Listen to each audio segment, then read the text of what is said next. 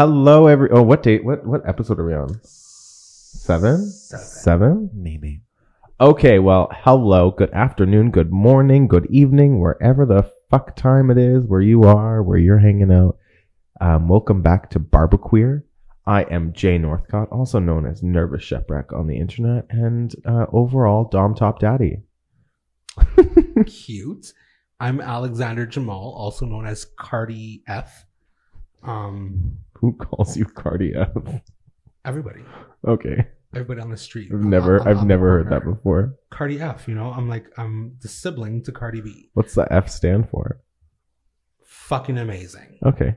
I think you mean fuckboy. That's fine too. I'll take it. Cardi fuckboy. Fine. Cool. With an OnlyFans, that makes a shit ton of money. Wait, Where's that at? Where's that at? Fans? I don't. I should make one though. But... Oh, why not? Do it. And I'm J-Ho. Just like Madonna, one name. That's actually two. It's not. Madonna is one word. Oh my god. And you're saying J space ho. Okay, it's one name. Okay, so anyway. Everybody has one name, Toots. Anyway. Nobody goes Shania Braxton. Twain. Okay, silent. Do you guys want to know what that was? It was so dramatic. Do you want to know what that was, everyone? Please tell us what that was. This is a giant dildo from Flush Cup? No, from Peep Show Toys. From Peep Show Toys. Square Fag Toys. This is on the bottom here from 2017. Wow. Probably the developer. Nobody reads the dildos, but I just decided to. So we are doing a game today called Pass the Dildo. What we're going to pass is I'm going to say my two favorite sexual acts. And then the next person's going to do it. And then we're going to do our two sexual acts that we really don't like, followed by our one fantasy that we keep lingering in our heads. Okay, so I'm going to start because I have the giant penis in my hand. This is huge. So one of my, let's say, I feel like we should guess what size that is. Yeah, I'm saying this is like I could measure 12. Like this is a foot long. Like this is Subway foot long. Right? No, Maybe 11. I think it's like a good 12. Yeah, and it's I'm gonna say a 12, but the circumference makes a difference. It's girth. thick as a motherfucker. yeah, it's girthy. I guess my first sexual act that really turns me on is smaller dildos. Like if I'm gonna play with a boy with toys, he better not whip out something like this. My second one, my actual biggest turn on probably is, do you know what? I really thought I hated it. And now I think every time it happens, I'm like, oh, fisting. No, it always comes back to fisting. I think when people spit in my mouth, I don't think like when it's in the middle of sex, I really, really enjoy it. Okay. Here's the dildo. Wait, you forgot to talk about the one fantasy. We're gonna go around and say our likes and then the dislikes and the one fantasy. Okay, where was I? I don't know. You weren't listening. You were looking at the dildo. Wow. Okay. So the two fantasies that the two likes that I have, I would say one is eating ass. Two. We're gonna get so many more followers for you saying that. Probably. And I do it very well. Eating ass or like sucking dick. That's fine.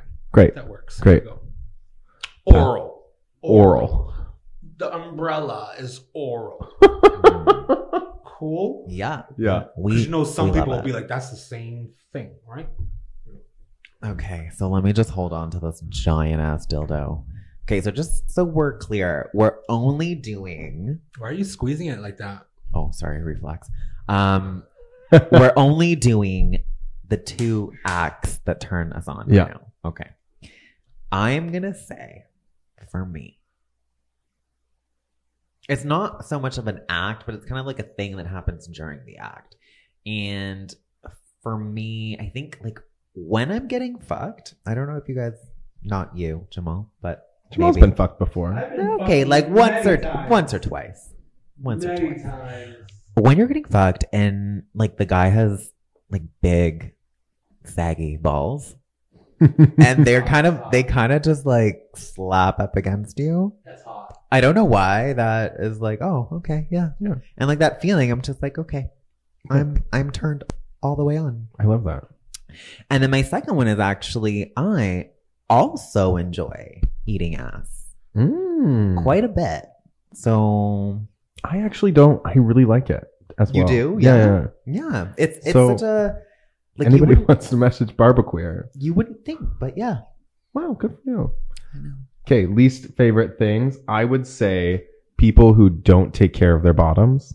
So somebody who's just like, I'm just going to smash this giant 10-inch penis into your hole without any warm up, without eating ass. You're an ungrateful little top, and you should listen, because sometimes when people say ow, it means it actually hurts, and it's not sexy.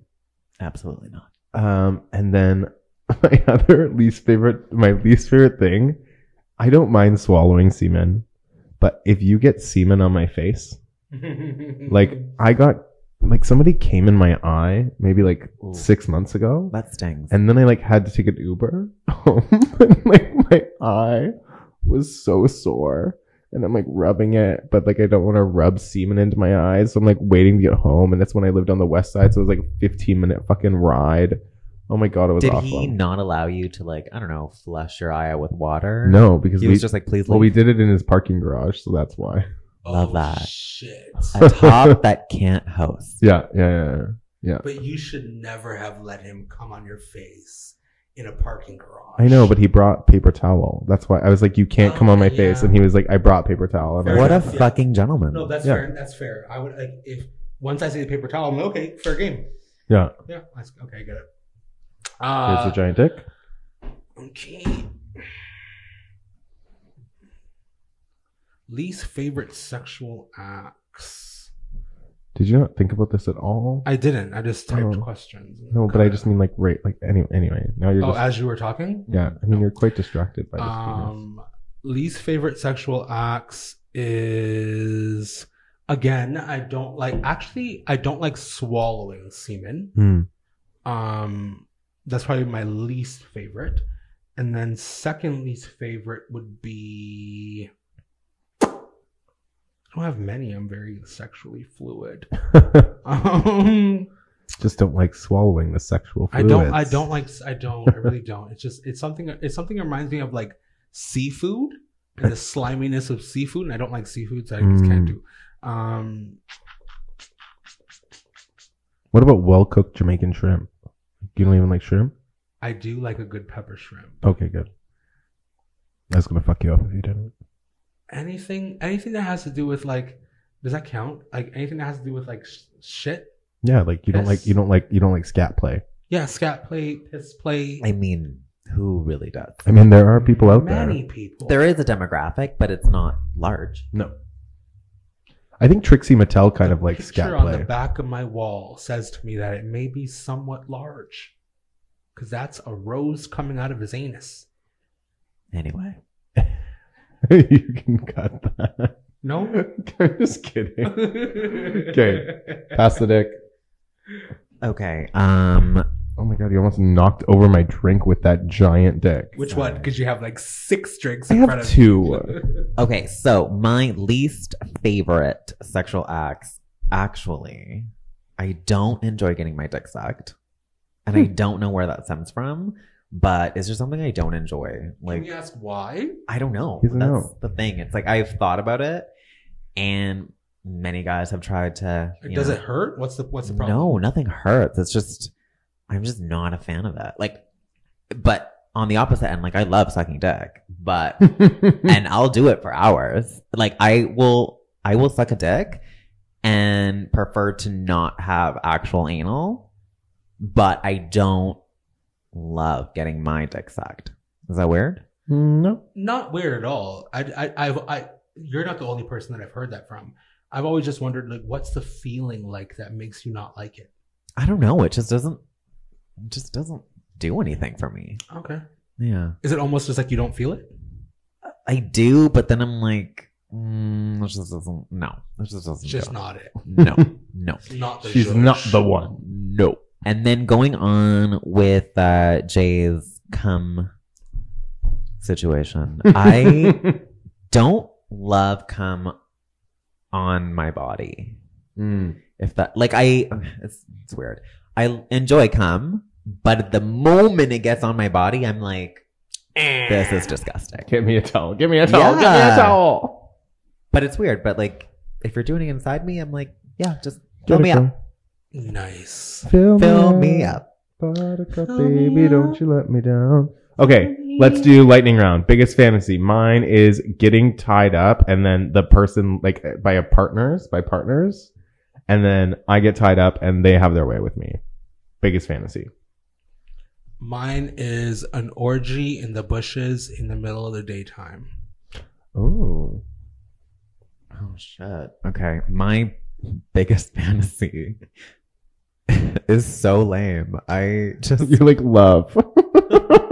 No, to be loved. I just wanna have I wanna have some good sex in like a bathtub when I'm just relaxing. That's my biggest fantasy. Oh my god. Okay, the dick is on the table. We are done. So we're going to get to our topic today. So our topic today, we're talking about relationships. Scary word for me because I am awful at them. We're talking about the etiquette of dating, starting dating, ending dating. How do you break up? How do you begin? Let's go through it all. So let's start at this. So let's start just a little bit in the beginning of like, you know, like when I was 18, it was like a very different dating scene, especially like in Spruce Grove, Alberta, which is about a town of 30,000 people, to like how I date now. So what kind of do you think has changed throughout the time of dating right now? I'll take this one. Get it, girl. Okay. So obviously because I'm the eldest here, I know that way back when the apps were not a thing, dating was, I think, harder back then because, especially as gays, because you never really knew who was gay. You had to go to like a bar. You had to like that sort of thing. You had to physically move your body, go to a bar, and then exert your energy to try and approach somebody and pray that you're not going to get rejected. Whereas now we have the apps and we have technology and internet and all that bullshit where now to get anything, whether it be a boyfriend, a hookup, I don't know, to get your ass rimmed, like anything is literally a tap away. Yeah. So, yeah. Yeah, it's actually kind of crazy. Like there's like all of these apps, like Squirt is like one of those ones that actually was made in Toronto, surprisingly, that you can like find places that are like cruising spots and like those kind of things. Amazing. And you can talk to people like that. But are cruising spots even a thing now? Because yeah, like Cherry Beach and Hanlan's. They are? Oh yeah. For years. You'd think that like the apps would have eradicated that. No, because I think there's still something like super sexy about like just like looking at somebody in the bushes and being like, we're gonna fuck. Not even just that, but cruising was widely popular to DL men. Of course. So these are men that would never download an app, never do anything like that. They would just go to a subway station and go to the bathroom and jack off their hard cock. Right. But then now you see, like, don't you see DL men on the apps too? Yeah, for sure. With no profile picture being like DL. Right. But then you have the ones that are like, I can't even have this app because my girl is going through my phone. What a dumb bitch. Like, let him live. Leave my phone alone. Yeah. See, and I found like the one thing is like I grew up on the internet. I'm 26 and like congratulations. Thank you.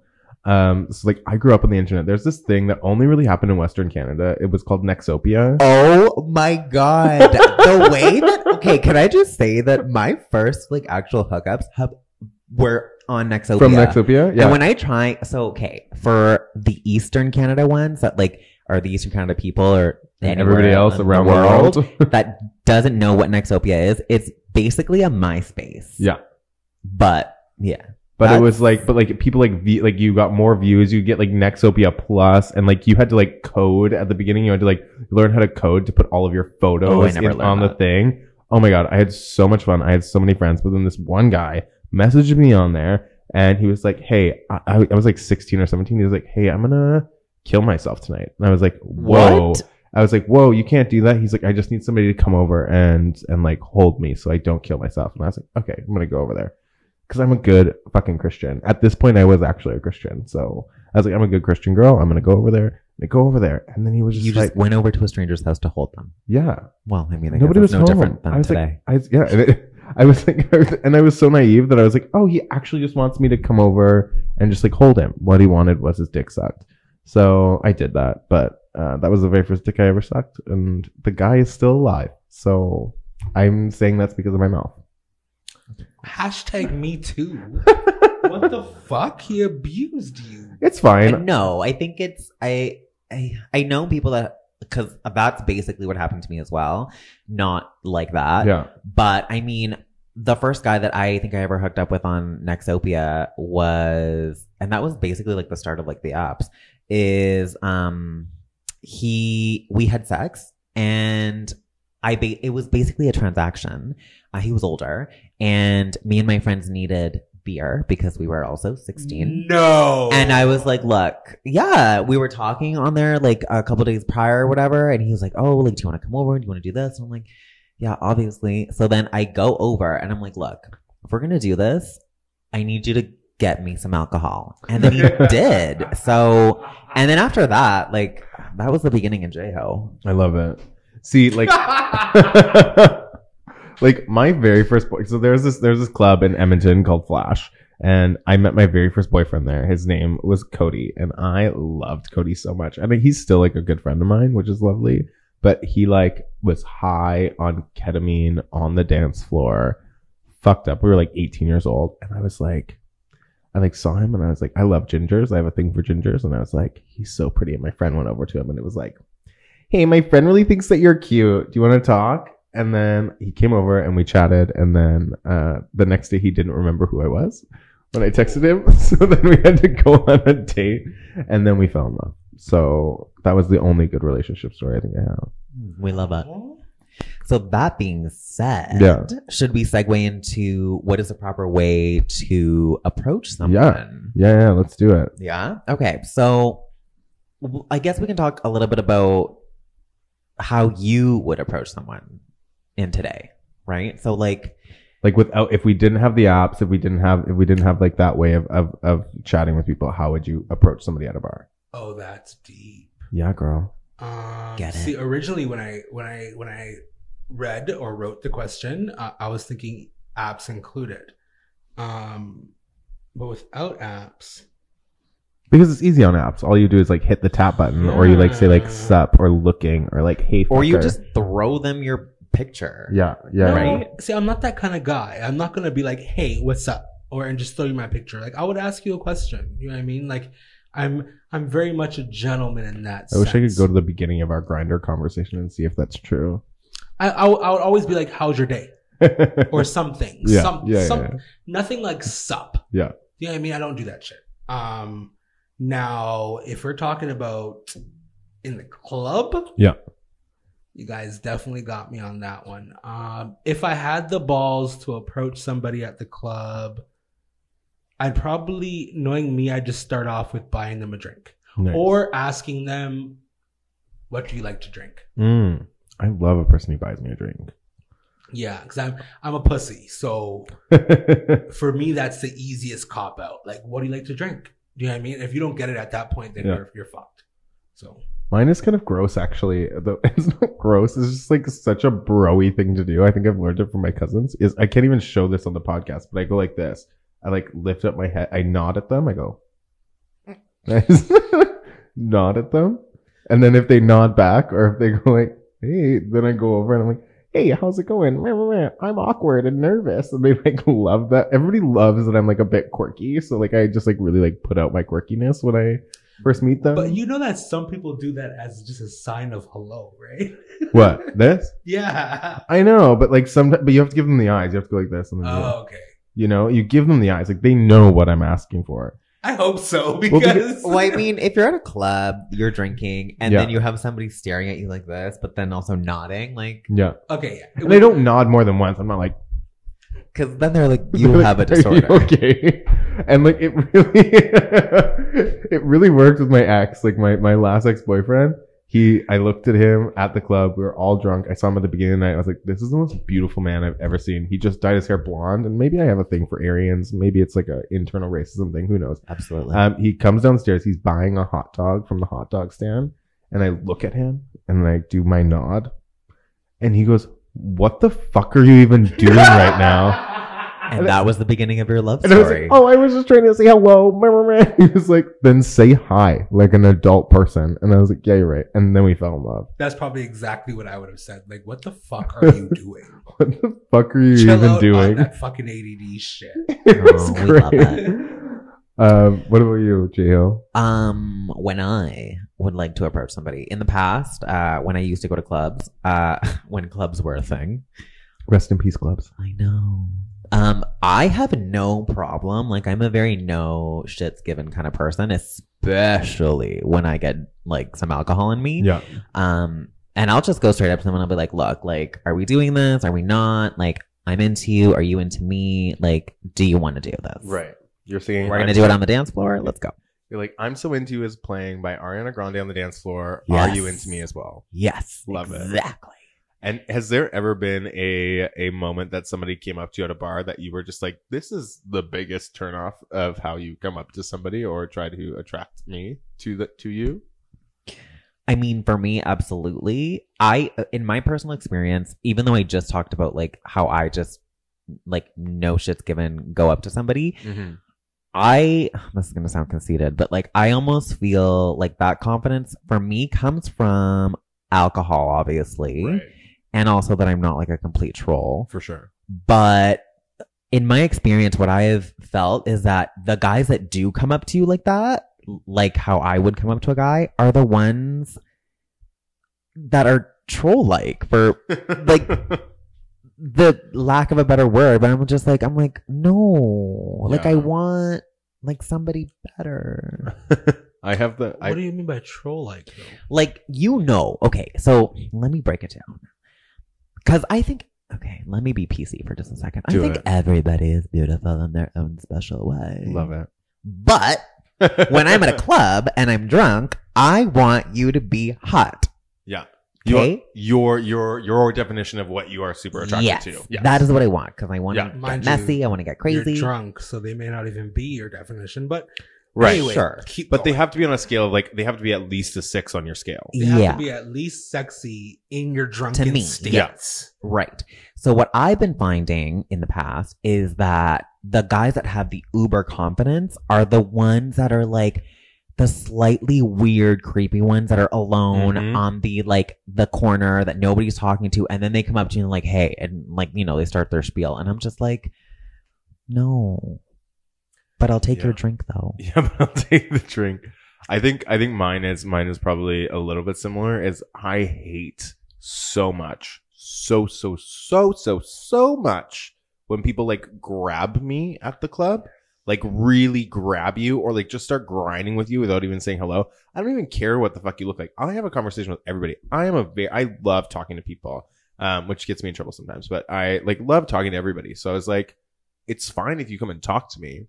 But like when you just grab me and expect me to just like, or like somebody that grabs your face and just tries to like kiss you, you're like, that's sexual assault, dude. You know, like you're assaulting me in a weird way. I don't really like that. And they're like, oh, you're so bleh. And I'm like, no, I'm literally just like, I don't even fucking know you. And you're just going to grab me and try to shove your dick in my ass on the drive. Like, would on the they do dance floor? that on the street if they had met you? No. Yeah, What makes it okay at a club? exactly.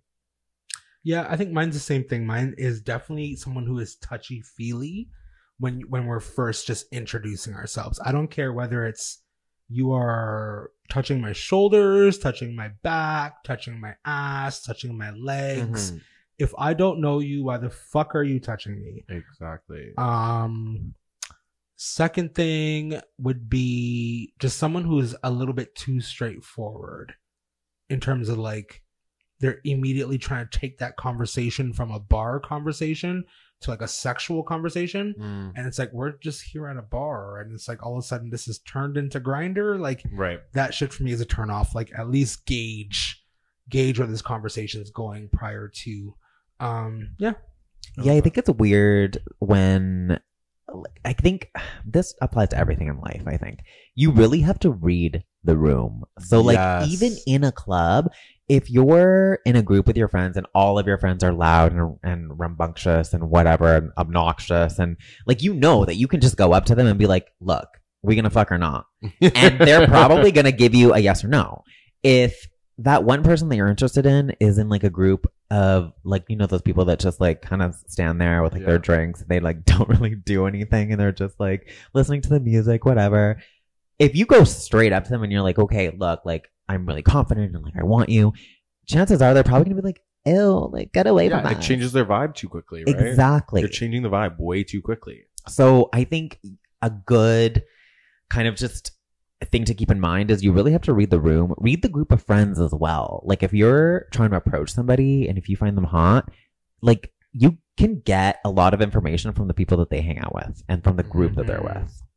One of my favorite things to do, and this is not I'm just putting like a sticker on this saying I'm not being manipulative. I'm not being manipulative. Lies. This is just what I do. So one of my the dick just fell down and knocked over the water. Oh my God. We gotta put this thing away. It's a weapon. So one of my favorite things to do at a bar is like I grew up in a trailer park, which is like to a lot of people kind of sexy in a weird way because I'm like some like trailer trash. Man. People love that. But my thing is all I have to do is reveal like one little thing about my childhood or about like trauma, and all of a sudden they like really are like listening to me. And it's just mostly people that I want to like make out with, and then like I probably will leave alone and probably won't bring home and probably won't like ever date. But I'm just like, yeah, I grew up with a single mom and we went to the food bank, and they're like, oh my God, that's so sad. And I'm like, yeah, it is. Make out with me. So that worked? Oh yeah, for sure. It works every single time. Your way of like kind of getting someone's attention is to be like, hey, like I am vulnerable and like look at my trauma that I grew up with. And they're like all for it? Yeah, a lot of them actually what most of them do is they're like, I want to reveal my trauma to you now. So then these boys are like revealing, they're like, yeah, like I don't know if my dad really loved me. I don't really know any of that, blah, blah, blah. I'm like, oh my God, babe, it's okay. And like I caress their face and then amazing. That's it. It works every single time. So should the listeners try this? I don't know. Try it. Like just like reveal a little bit of trauma about yourself and then look at them in the eyes and like as long as you feel honest in the moment. Right now I'm looking at Jamall and I'm telling him like, hey, I'm really honest in this moment. I don't feel anything. Oh, that's okay. It's because I didn't reveal any because I already told you my secret prior, so that's the reason you don't feel anything right now. Okay. And then so if you caught me off guard. Yeah, and then Jamaal's gonna reveal something, he's gonna be like, yeah, I get that. Like I grew up with a single mom too. And I'm like, oh my God. I have 3 foreskins. Oh my God. You have 3 foreskins? Is that what you just said? Yeah. That's your trauma? That's my trauma. I gotta go. Bye. Okay. So now that we have talked about getting someone's attention at a club or a bar, and like let's say, you know, you guys have exchanged like numbers, whatever, you're texting, you're doing like all that gay shit, what is the appropriate time, or when is the appropriate time to move from text to phone calls? I am just gonna take this question really quick. I don't think that so I did long distance for a really long time, and like that's the only reason I ever did phone calls and video chats. If I can meet you in person, I would way rather meet you in person. And like I think we talked about this earlier in the day, was that like if somebody just called you out of nowhere, you're like, who the fuck do you think you are? Like I don't know who you are. I get so nervous, and I think it's like our generation of like social anxiety and like ways of like having conversations on the phone. But I'm like, so if somebody calls me, they're like, hey, what are you up to? Do you want to hang out? I'm like, what's wrong with you? Who calls people? Why are you calling? So now flip side though. So now let's say, for example, you already met them. Yeah. Are you then okay with them calling you? Like, I don't know what it is. I don't know if everybody else feels this way, but like, I want a text message that says, hey, can I call you for a quick sec? And then I say yes. And then they call me. It's so weird. Like, I think nowadays you have to kind of schedule a call or like just to see, because we're so busy. I feel the exact same way as well. But are we though? Okay, well, you know what? Society says we're busy and I feel busy. And I feel like if somebody calls me out of nowhere and I'm not ready, I'm not picking up your phone call. So let me ask you a question. So do you not go home, sit on a toilet, scroll through Instagram, do all that kind of shit, sit on your couch, scroll through TikTok, all that shit? Like you do all this unnecessary stuff within your day. Mm-hmm. So how are we so busy? Because you need time to decompress, girl. Yes. Like you need your time to decompress. And if that's scrolling Instagram or if that's so here's the problem. So now we need time to decompress. We need time to pre-compress. We need time to pre-post compress. And that's the problem. So it's like we wake up, Now I'm pre-compressing. I'm just waking up. The pre-com. Okay, the Right. thing is, I think we're so overstimulated by screens, by information, by all this bullshit, by work, by like No. it is. It's a fact. Like it's proven. I can tell you exactly what it is. Tell me. Tell me. In 2020, we have gotten so used to the immediacy of technology, where the moment that we're obligated to share intimacy via phone call, FaceTime, anything like that, we feel like we're being put on guard. We feel like we're being put on the spot, and people aren't used to that. We're so used of looking at an image and being able to comment, and nobody's seeing who we are. Right? We're so used to posting a Facebook status or posting a fucking Facebook Live picture and nobody seeing where we are. Or if God forbid you actually go on Facebook Live and post a video, how many times are you doing that candidly? You're doing it fucking scripted. Yeah, and of you course. Exactly. Yeah. And I get, I 100% get where you're coming from, but I'm not saying that I hate phone calls. I actually like talking on the phone. I really do.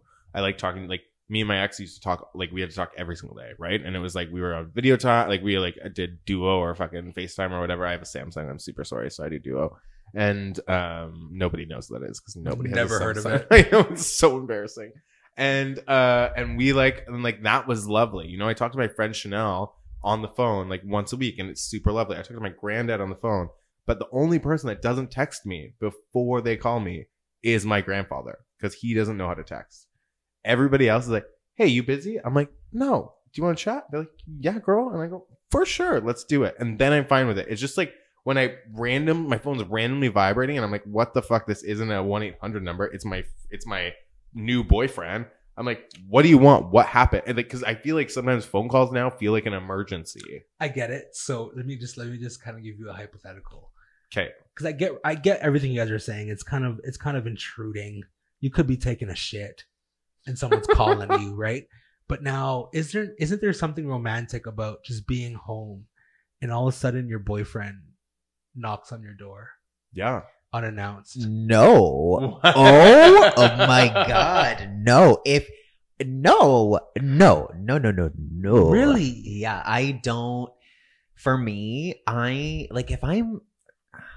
am very busy Yeah. now that I have a full-time job. But 40-hour a week, girl. yeah, like I'm a working girl. But no, like I also need time to prepare. Like I need, because like if somebody just shows up unannounced, especially if it's like a boyfriend, I'm like, motherfucker, you didn't like. Haven't showered. Haven't douche. Yeah, haven't douched, haven't fucking done my hair, and now you just show up all of a sudden because you think it's cute. Like, yeah, it's cute that you're here, but now I'm gonna have to make you wait until I get ready. Right. And I guess that's like, now we're getting like let's continue with the relationship stuff. Is like that you get into this relationship, you've been dating for 6 months, things are going super swell, you're having a great time. How, I guess my question is like, how do we get to that point? Like once we're there, what is it comfortable to talk about exes, or like when is the time you're supposed to talk about exes? When is the communication too much or too little? I'll go first. Okay. So I personally love talking about exes, solely because I find that it can give you a doorway into that person. What's so funny? You just deep throated the mic for no particular reason. Huh? Oh, you missed it. Anyway, go on. Oh, was he doing something? He just put the whole He mic was in trying to his suck mouth. suck the dildo. Yeah. Anyway, you can just suck on the dildo. It's fine. You can have it. No, I'm good. I actually pre-lubed it for you. That's why it's so sticky. Aww, Amazing. friendship. Mm-hmm. Oh, I love you. Okay, go on with your story. Love is love.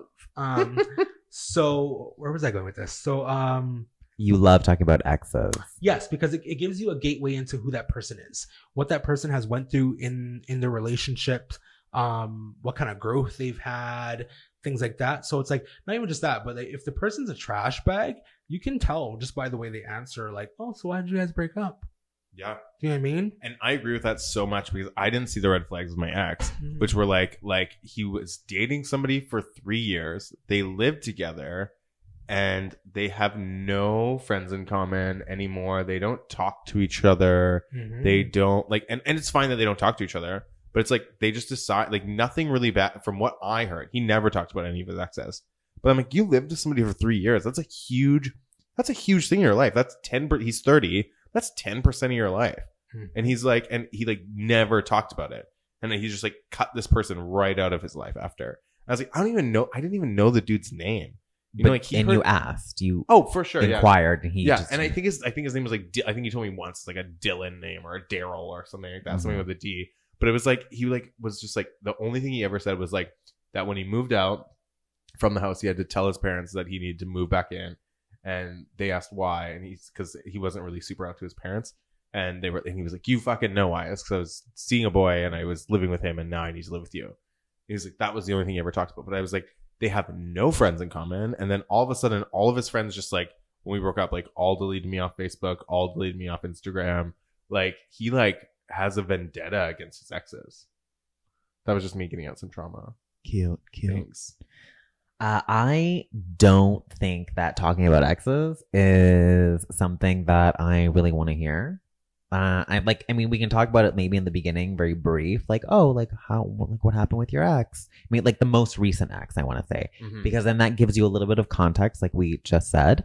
But then at the same time, if somebody that's talking constantly about an ex, like let's say, you know, we're dating, whatever, we go on dates and they're like, oh, my ex and I used to go to this restaurant, or my ex and I used to do this, or my ex and I, like, okay, we get it. Thanks. That shows me that we did these things together. You're not over it. Right. And like, if you have your ex constantly in your head, like, okay, there's the door. Right. And like, I think it's just like a mood killer. It's like, well, we're in a relationship now. Like, I don't want to hear about this shit. How about you're having sex and he goes, well, my ex used to suck my dick like this. Well, I'll be like, okay, well, you can go get him and I'll see my way out. Yeah, I agree. I think there's like a comparison thing that like gets a bit gross sometimes, like that I wouldn't want to hear all the time. But at the same time, I really hope all my exes are talking about me with their new boyfriends. Okay, so then the next question was, I think, if I remember correctly, and it was a question. The reason why I bring it up is a question that I really want to ask was, so now if you're dating someone, how important is it for you to follow their lead, or like not speak to people that they don't speak to, or even not speak to your exes? Right. I don't know.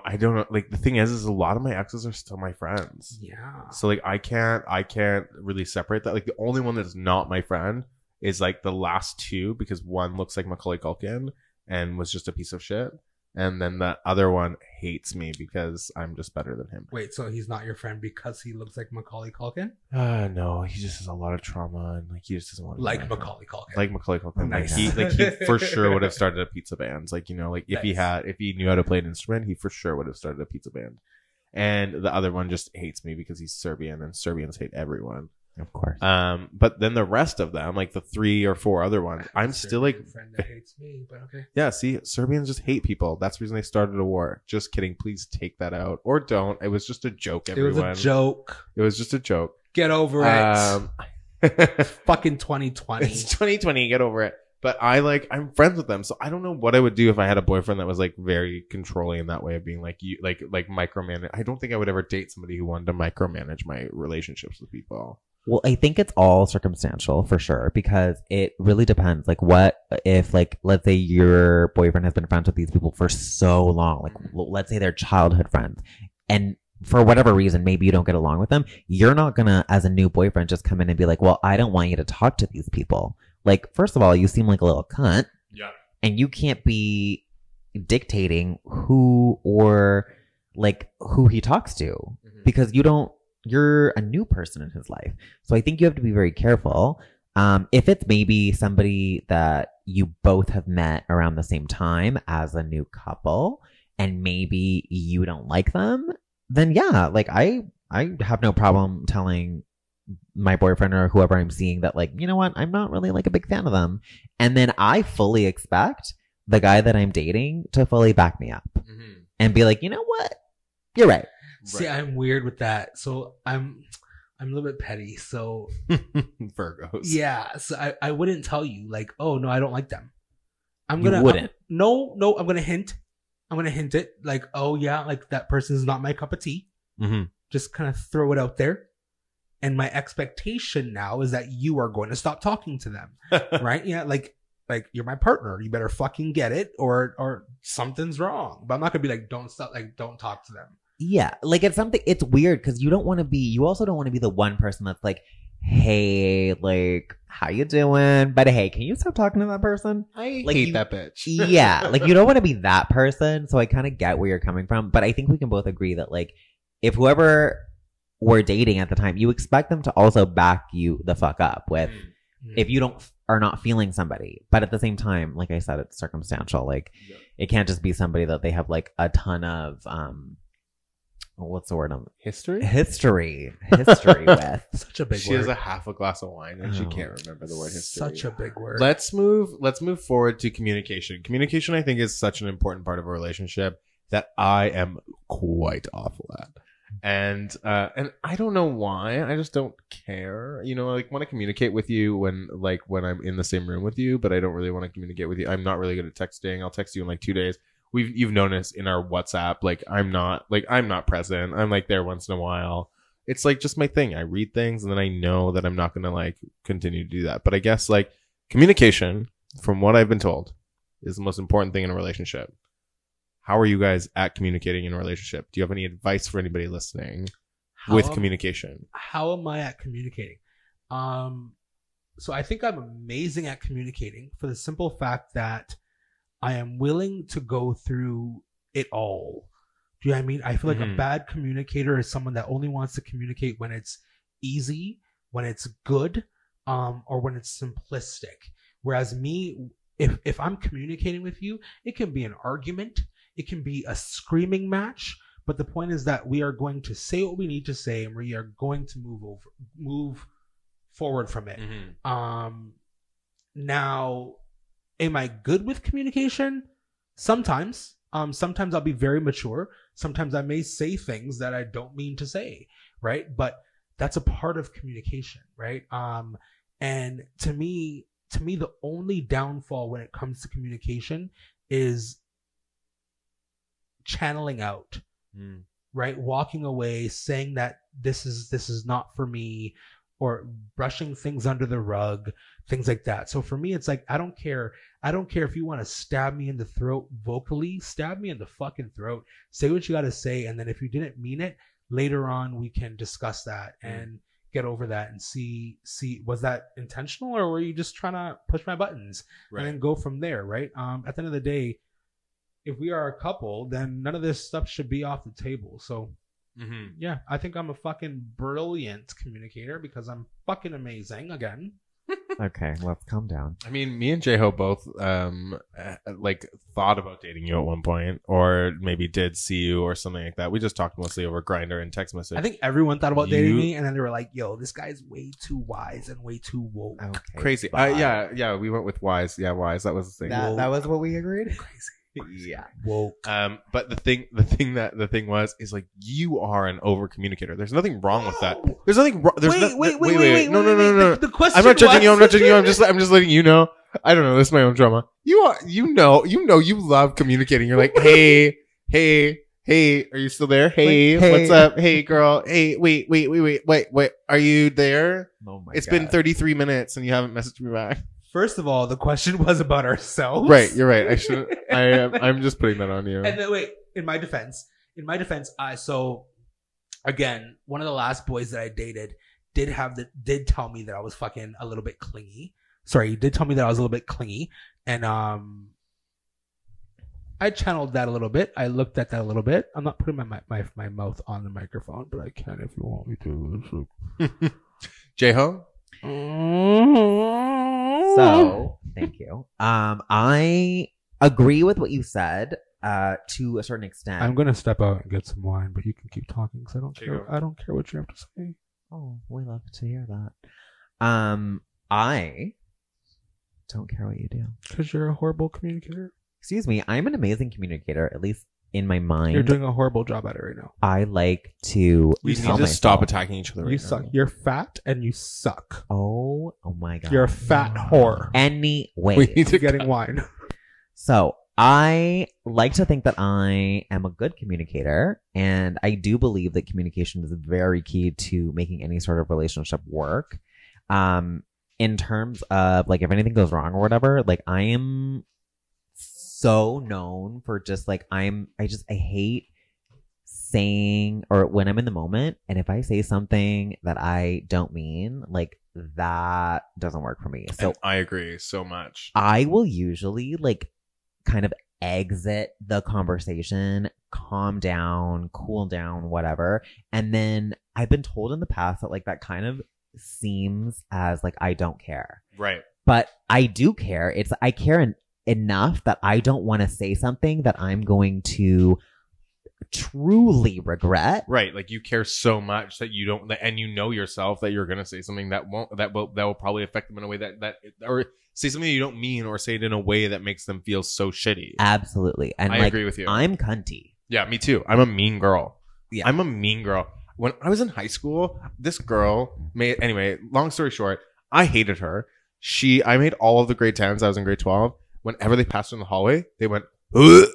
And so everybody in the hallway, when she was walking past, would go, ugh! And like pretend to vomit every time they saw her. Because you started that. Because I started that. Because I didn't like her. And I was like, how do I ruin this girl's life? And those are the things I do out of impulse. We love to see it. What I'm working on in relationships and in life is like, don't always work off your first impulse. Exactly. Because it hurts people's feelings. And even when like me and Jamall got in a fight, on this podcast, I left. Like right after, I was like, I need to leave, because if I don't leave, I'm going to tell Jamall that he's a dirty little gremlin or something and like try to murder him. So instead, I'm going to do what I felt was like the thing that like you just said you hated, which was leave the situation and not say anything awful. But it was like, that's my only way of doing that. I'm like, if I stay, I'm going to hurt your feelings, or I'm just not going to say anything. Like when me and my boyfriend broke up, I remember I was in bed. He like looked through my phone. He unlocked my phone with my face. Anyway, it doesn't matter. Long story short, he was like, do you have anything to say? I said, no. Because I wasn't ready. I need some time to process. My communication is slow and you need to nurture me. You need to rub it out slowly. Your communication is dial-up, girl. Yeah. Wait. So I think there's a difference between if you're just not ready versus if you're holding back things. Because like, I understand the need to hold back because what you're going to say may be offensive, but sometimes just offend the person, because no. The reason why I say that is because if you didn't mean it, the conversation afterwards has so much depth and there's so much opportunity there. But Jamall, it really depends on the person that you're having this Yeah, because I get with. it. Because not If everyone's they're as really- enlightened as I am, right? Like, And do you know what I don't want is in 6 months for them to be like, do you remember that time you called me a Yes. dirty little fucking gremlin? Yes. Like you say you love me, but then you call me a dirty little fucking gremlin that I don't appreciate your love. I'm That's like, oh, fair. like if I just like take a time to think in any relationship that I've ever been in, I'm like, I just need to take some time before I say anything or discuss to make sure that in 6 months you can't come at me with your fucking shit. Let me go next. So Get it, girl. my 4-year relationship, we used to have a ton of arguments. Me and this boy were basically married. We lived together. We did like, my family knew him. We had a dog. Like we were together. Every single argument that we had, he would say, give me a moment to think, because I don't want to say something that's going to piss you off. Right? That conversation never finished. I kid you not, in 4 years, we never went back to a conversation that he said, give me a moment to. So that's my issue when it comes to that. So now, yeah, you want to think, but in my mind, I'm like, no, you're just sweeping it under the rug. I was just going to say that. So like you swept things under the rug for 4 years? For 4 years. And that wasn't like a red flag for you? At that point, we were already basically married. Like our relationship was deep. Like it was like we like not even to toot our own horn, but we were like the couple of Toronto. Like everybody knew who we were, but maybe not you because you're not important. But anyway, I love that. I love that for you. But no, for real. Like it was a red flag to me, and I always tried to address it. Me being the communicator that I was, but at the same time, I just I found excuses for it. I'm like, one, I was his first technical boyfriend, so let me try to show him the way. Things like that. None of it would work. But then by the time the relationship finally blew up, it was like fucking nuclear bomb. Right. Because you guys have been sweeping everything under the rug for so long. Hence why I say, if you got something bad to say, just fucking say it. Right. But the thing is, the only difference, like, so I'm backing whoever this boy was, because yeah, I'm that type of person that needs that time out to kind of think about things before I say shit that's going to offend you. And then, but the difference is with me is like, I will come back and I will address that shit because something is wrong. For him, he was probably just like, okay, let me think about it. And then maybe when he took the time or the moment to kind of breathe, he was like, you know what? It's not really a big deal. Let me just forget about it. And then really it just like, he just kept in the back of his mind until things exploded. I think what the issue was, I think my ex was just a king of victimizing himself. Was he a Taurus? He was a Capricorn. Still an earth sign.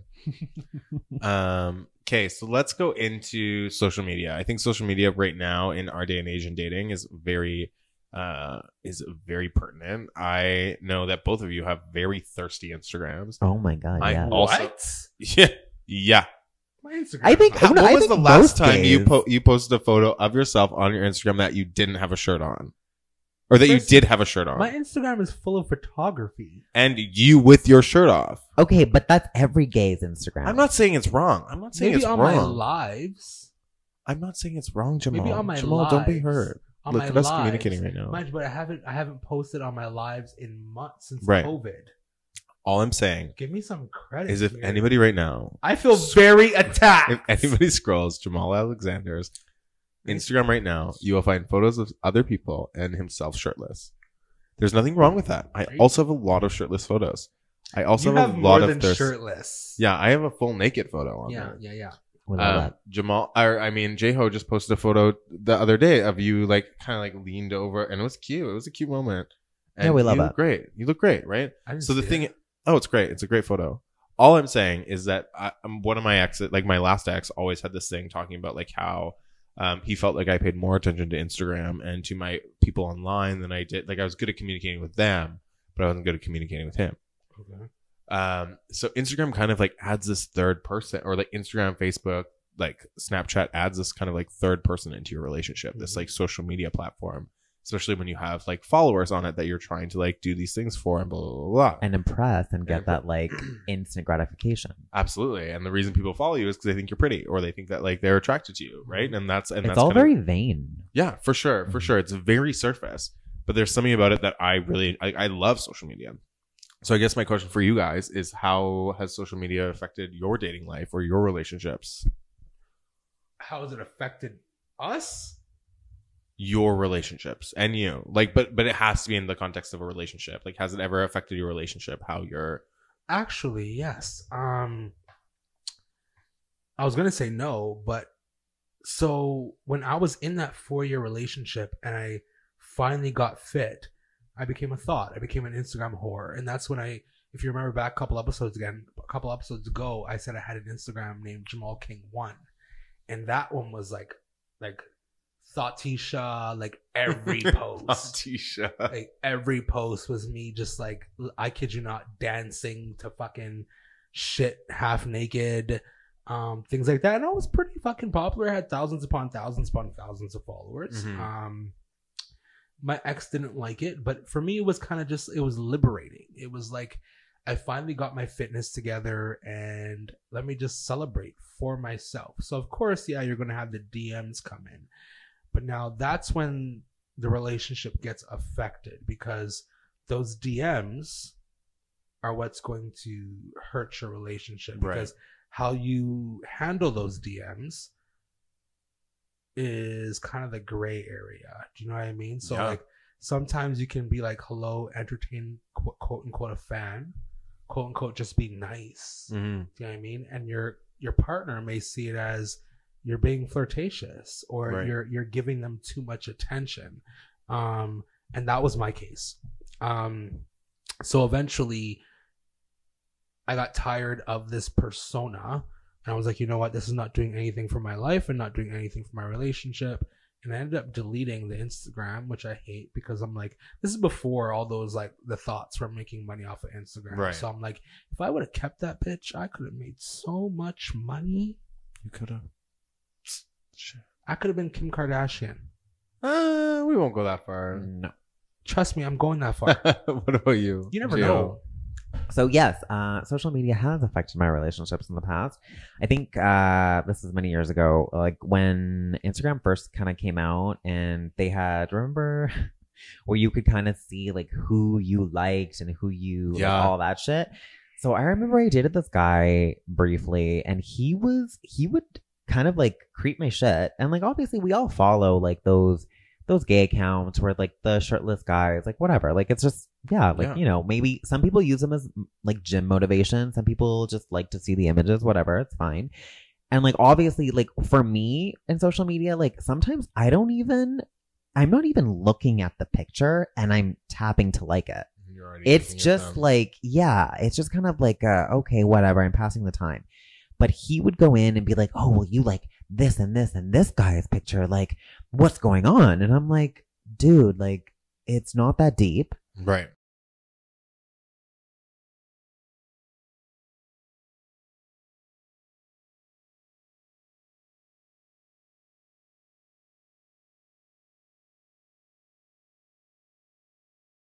So piggybacking off of what Jamall said, then like obviously when I would want to get that like instant gratification, like which I think we all want, we would post like, you know, a cute selfie or like a shirtless pic or whatever, and of course people are gonna like it, and then the DMs are gonna roll in.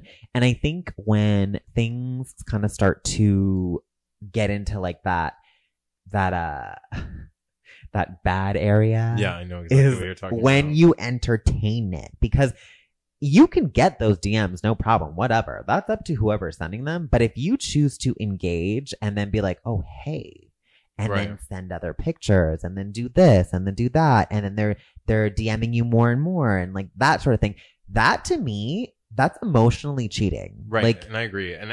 But the hard thing that I think it's become now is that like there are moments when I just like send a emoji that is almost like cheating, you know? If you send the devil face to anybody, or you send the winky face with the tongue out, people know that you're like, you're down. Like you're down, you know? Yeah. And you don't mean, and like that was the thing that even in my relationship, my ex was like, you just like keep sending, like you're like you entertain this idea. And I was like, well, we're in an open relationship, so I can do whatever I want, mama. As long as I tell you. Second, I understand that you think that I'm entertaining these, but I also really believe that there's a very huge difference, and I've talked to this about a lot of people. There's a difference between entertaining somebody online and actually entertaining them in person. That I can be like, oh, I want you to fuck me so hard, and then if I see them in person, it doesn't mean I actually want them to fuck me so hard. It's just a persona that I put on. But bitch, like, okay, so that's my thing. Okay, like, let's say you do say that to people who are DMing you, and then let's say you're in the same city, whatever, you see them in a club, and then you actually are face to face with them. They're expecting you to be fully down, and then what, you're just gonna be like, oh no, just kidding, like I was just joking. That's what I do. Wait, but what you guys are forgetting is that, let's say for example, if you're not in an open relationship, right, there is a certain level of respect to your partner that has to be given, because the reason why is that, let's say for example, you're like, I want you to fuck me so hard.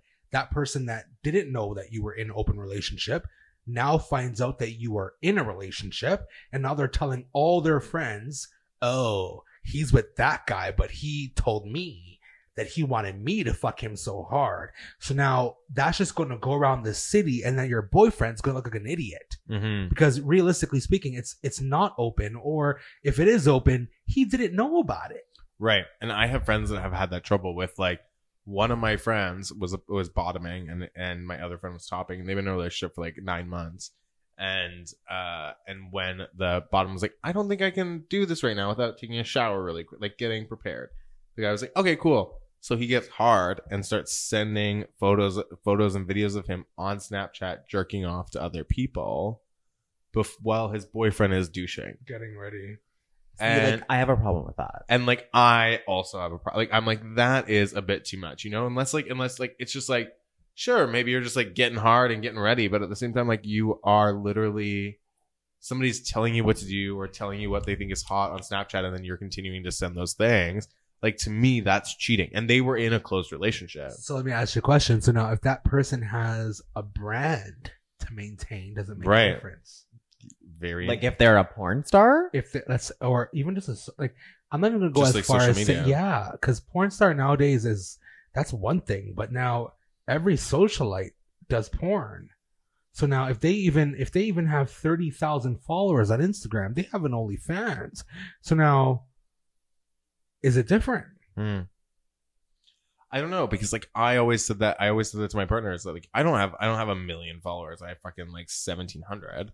But I was like, these people to me are like, I've always posted a certain amount of like, you know, the people who are my close friends on Instagram get a little bit of a show sometimes, you know, like that's just like how I get my auto like gratification.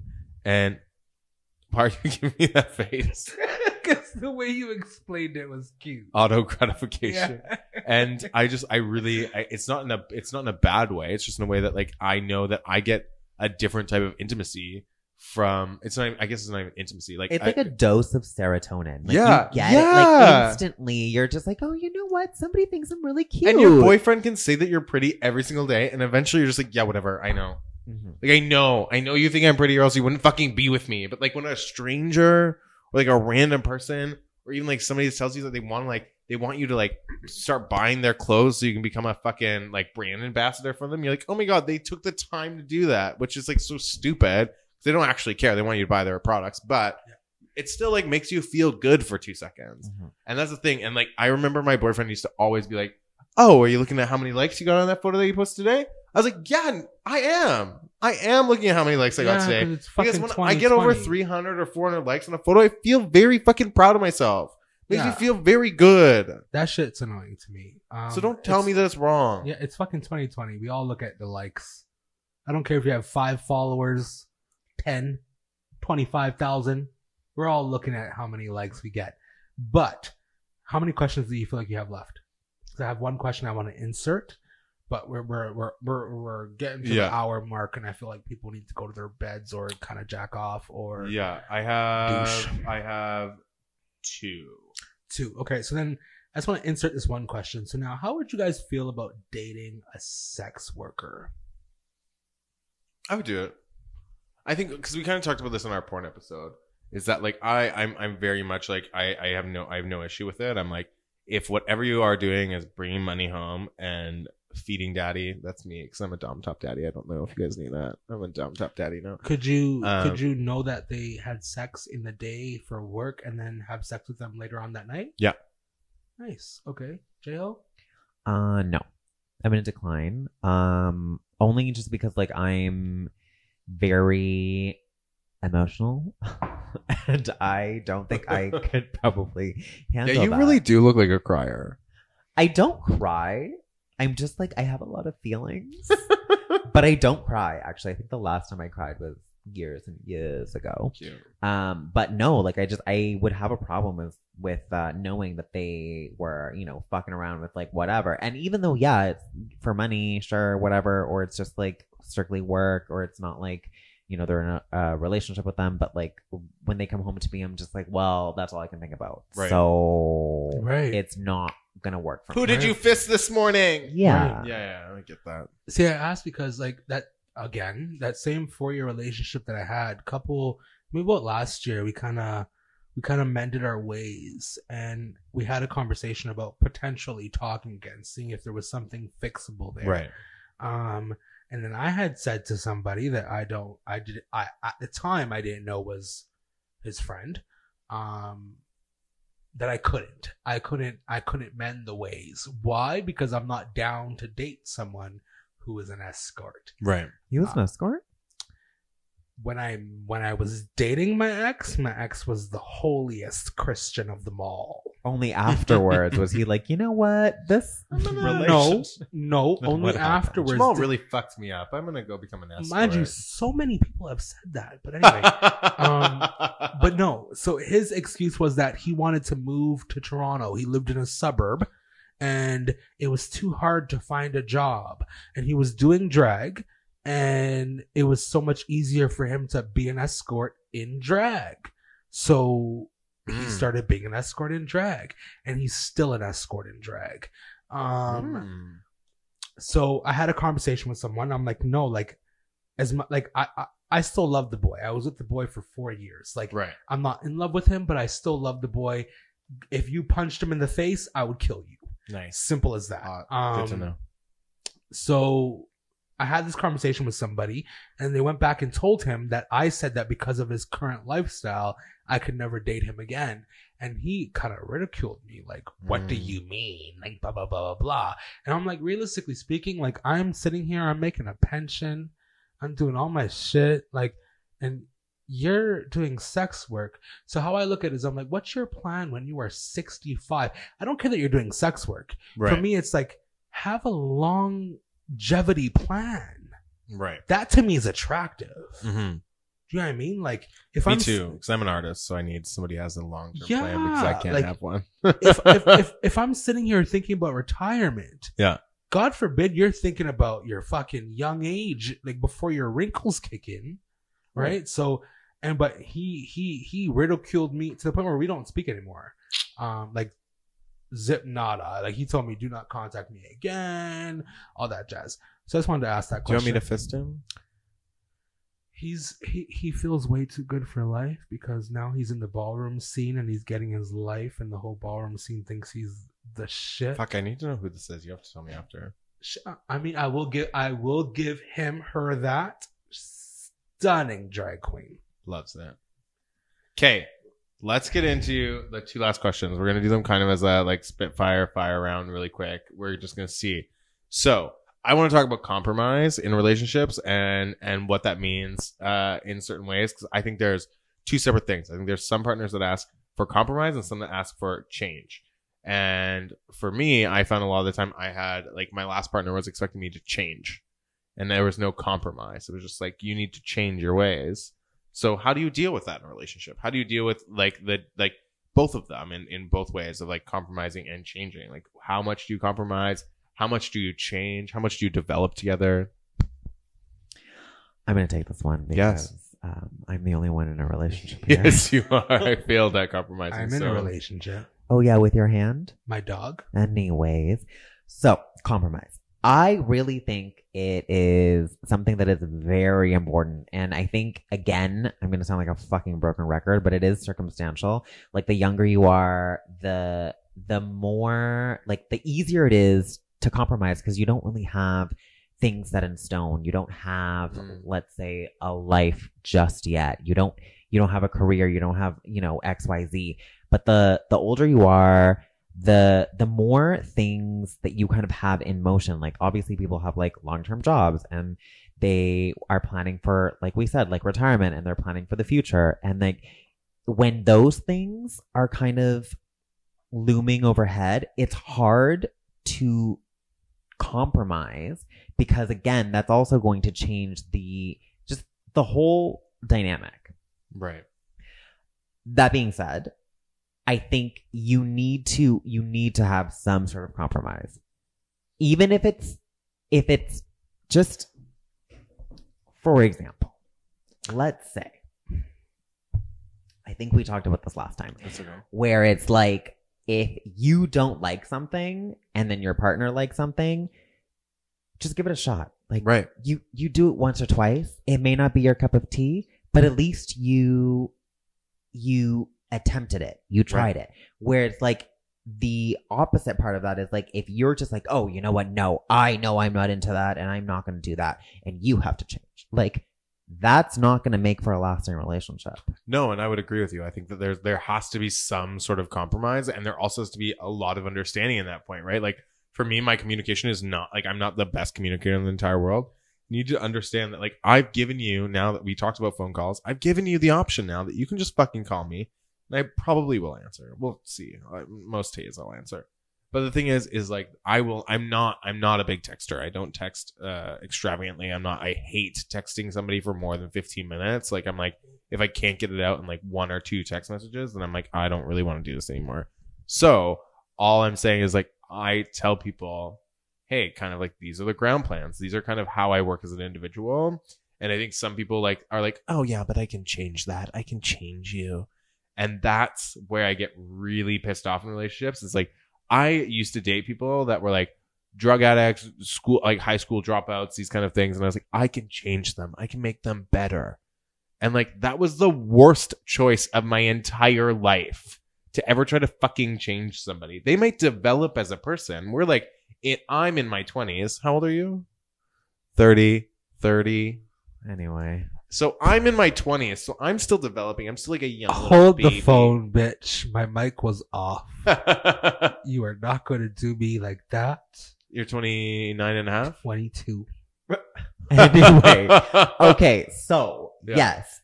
The thing with change is if someone doesn't want to change, Yeah. they are not going to. No. So no matter who you are, you're not going to make somebody change. No. You're going to be wasting your time. And we can develop together for Yes. sure. I would love to have a partner. I was like, let's develop together. I'm like, cool. But I'm also going to get shit-faced and blackout on a fucking Tuesday that I don't work on the Thursday. And like, you can't be like, that's fucking inappropriate. You guys are contradicting yourself because a part of development is a part of change. Right. No, okay, that's what I'm saying is like change is fine. Right, If yeah. you want to better yourself, but the thing with what I'm saying is that you, the individual, Yeah. has to want to change. So let's say Jay and I are in a relationship and I'm just very stubborn and I'm like, you know what? No, I'm good. But he sees that he wants to change me as a person and I don't want to change. There's no way in hell So let me he's ask you a making me question. change. So now, what if you don't want to change, but you want to be a good boyfriend? But see, that's where the compromise comes in. But that would be me wanting to change. Right. Yeah, I agree. That's how a relationship works. Last thing is the one thing I don't really compromise on is sex. I'm not super big into having sex every day. I can never date somebody who wants to have sex every single day, And you're or not willing to compromise. I can't. I literally can't. I'm so tired, you guys. I'm tired all the time. Maybe I don't, you should just drink some coffee. Like, What are I you- do. I What- do. I what do are all you of these doing all things. day? Like, I do so many things. Anyway, all I'm saying is that I'm not having sex every day. I'm gonna start Right. texting you like every 4 hours, Asking you what I'm doing. Yeah. I'm probably fucking doing something. I'm always busy. And Okay. so I want to have sex like once, twice a week if you're nasty, you know? yeah. Like that's for me. And like and I'm talking like sex or oral. Like I'm like, and it is one of those things. I'm like, I'm not going to fucking jerk you off every fucking morning. I'm not going to fucking blow you every morning. Why We're not? not going to have, cause I'm tired. I But don't. even okay, yeah. So like I'm because I'm okay. I'm a sexual person. And Yeah. yeah, I can maybe do it every day. But I kind of get it as well. Like if I'm tired, like if I'm not into it, sure, I'm not gonna go all the way. But that being said, if I'm with my boyfriend and he obviously wants it every day, like there's got to be that compromise. So like I get I that. will jerk you off if I'm not feeling it. No problem. I will blow you if I'm not feeling it. No problem. Because then I know that you've gotten your fix and like I can go back to sleep. Right. So I guess my question is how important is sex in a relationship for you guys? Ooh. For me, sex is not important at all. As long as there is a sexual chemistry, I don't care how often we have sex. For example, I'm notorious for I can have sex with my man right now. Right. An hour later, I will jack off. Right. That's I'm- ridiculous. Yeah, like that's I'm just tired. and Yeah. some men are offended by that. Like you're jacking off like the moment I leave. Yeah. I would be offended. Why are you telling them? Well, no, there was this one time where this one boy opened up my laptop and then anyway. But like to me it's like as long as there's a sexual chemistry where the sex can happen naturally, cool. But for me a relationship is not built on sex. Right. A relationship, like I said before, is built on those small moments of baby, hand me the remote. And if I feel some kind of love in that, Mm-hmm. you're my man. Do you know what I Right. mean? If I want to bring you around my mom, you're my man. Right. if I say to like you that my dog is your fucking stepson, then yeah. But like, it's not all based on sex to me. So like, Right. I can, your hole can scorch, your dick can fucking shrivel. If I love you, then I won't care. But Right. if it's not love, then you better have that hole. You better have that dick. That cock. If your I asshole think- is scorched, Oh my it's like a god. plague. I Anyway. think sex is very important to maintain a healthy relationship, Right. only because the way I see it is if you're not maintaining a healthy sex life in your relationship, what is stopping them from getting it somewhere else? Like, that's kind of what causes problems in my mind. Decent. Right. What's the word? Common decency. And yeah, I think that probably would be the word. Common decency. I So think- what's your context? That's what's stopping them being a decent human being. No, because you're forgetting we are all men, and men think Oh, with wait, their women. penises. So wait, episode 1, I said that same. And I was just gonna fucking call him out on it. I was just gonna call him out on it. So don't worry. What? Well, it's not just men. Women Okay. also are horny too. Yes, So of are course. non-binary people. Everybody's course. fucking horny. Okay, yes. We're all horny. We're all horny. I'm saying we're all men in this room. bitch. For the most part. I'm transgendered. I don't like that. I mean, I'm non-binary, so I don't actually identify as a male, but I don't mind. identify as anything. I identify as a plant. Yeah, I know you don't identify as Oh, anything. It's so annoying. my We're not ever going to talk about this. Anyway, what I'm saying is that what is stopping them if they're not getting, okay, the thing is, if they're not getting their needs met from the relationship, what is stopping them from seeking it elsewhere? That could mean emotional. That could mean sexual. That could mean anything. Yeah, and I agree, and I think that's why me and my ex were in an open relationship. But the thing is I think with sex, the one thing I really love in a relationship, I will have sex 4 or 5. I know I said I wouldn't earlier. Mhm. I will have sex 4 or 5 times a week. If you text me 2 hours before and you To say, give you like prep and time. you say, "Hey, girl, do you want to fuck tonight?" And I'll be like, "Yeah, girl, I would love to fuck tonight." And like that just gives me like the notice to know that I'm going. You know, I have a stomach disease. There takes a lot of work before I can like make sure that I'm having sex in the most perfect way. You know, no shit happens. Everybody's happy. Everybody's having a good time. If I'm on a top, I need like to give myself the confidence throughout the day to be like, yeah, you're a dumb top daddy. You know, like I need that. So like if somebody tells me Ahead that of day, time. or like even in the like, I love morning sex once in a while. Like I love that. You know, like I can do it, but you just have to be communicative when it comes to sex for me. Sex is not something that just is like, and I think sometimes in gay world, we've decided that like sex can be spontaneous. It's like, It can't. it's tough. No, it cannot. Tough. It's tough for sex to be spontaneous. No, it can. Oh, It- really? Mind you, I already said this is Top my privilege. biggest turn on. Yes. So the key for a bottom out there, if I was to give you some enlightenment, Lay it out. so if I'm asking you to go to a movie, right? You don't know what's going to happen after that movie. You don't know what's going to happen during that movie. Still just douche. So you want me to douche, to not eat, to not do anything? No one's saying not To eat. First of all, not eating is an unhealthy way of douching. So I would never say that. but you want your bottoms to just be prepared at all times, is what you're saying, because you or Unless- they don't know. Yeah, and douching's bad to do every day. You know, Who's saying douche every day? And unless this man of mine is meeting up with boys every day, then that's a different problem. Right.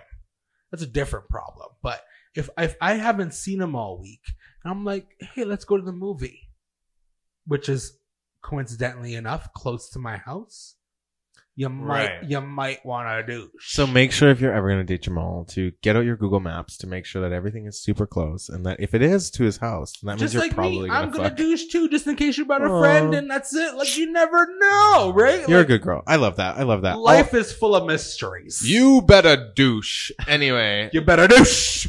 So I don't know. I think that's our closing. Yeah, that's what I'm finishing right now. Is I don't really know if we solved anything about relationships for you at all, but we had a conversation.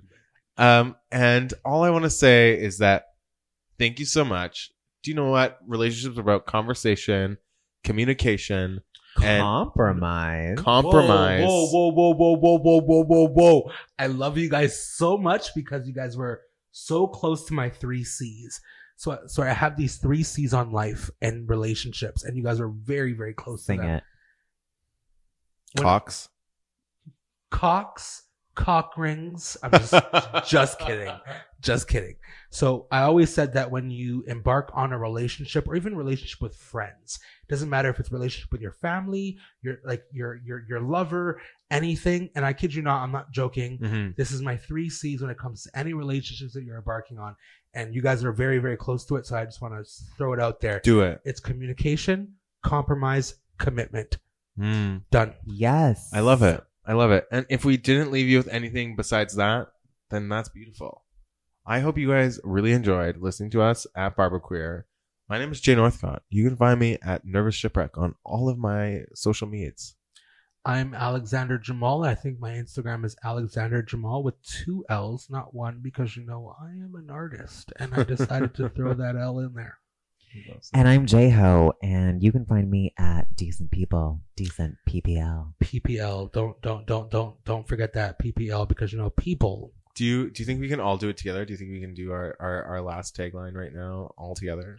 3, 2, 1. You better douche. Bye, everyone.